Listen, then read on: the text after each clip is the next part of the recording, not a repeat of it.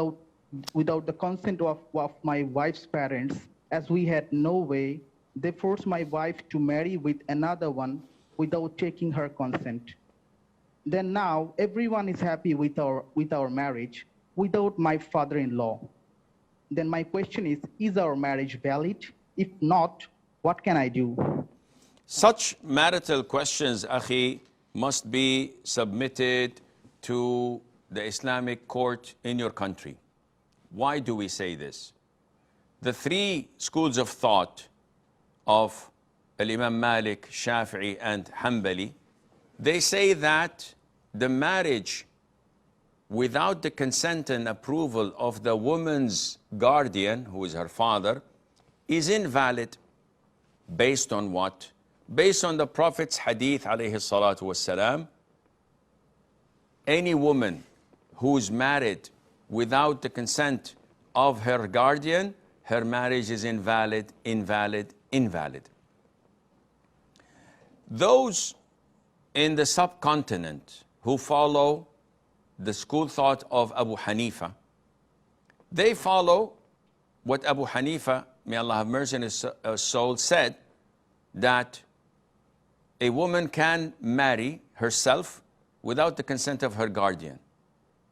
His two own students, and the greatest of the scholars of the Hanafi school of thought, went against him. Abu Yusuf and Al-Hasan Al-Shaybani. They said, no, the hadith of the Prophet is crystal clear. Yet, these followers of his school in the subcontinent are blind followers. They don't follow the Quran and the Sunnah, they follow their Imam. Whatever he says, they follow that blindly. And the people living in these countries usually follow their school of thought blindly because they're laymen and they know nothing better. Therefore, we can't go and say, oh, all the marriages in the subcontinent is invalid and they're not married. It's not logical. These guys are following those whom they trust. So it depends, Akhi.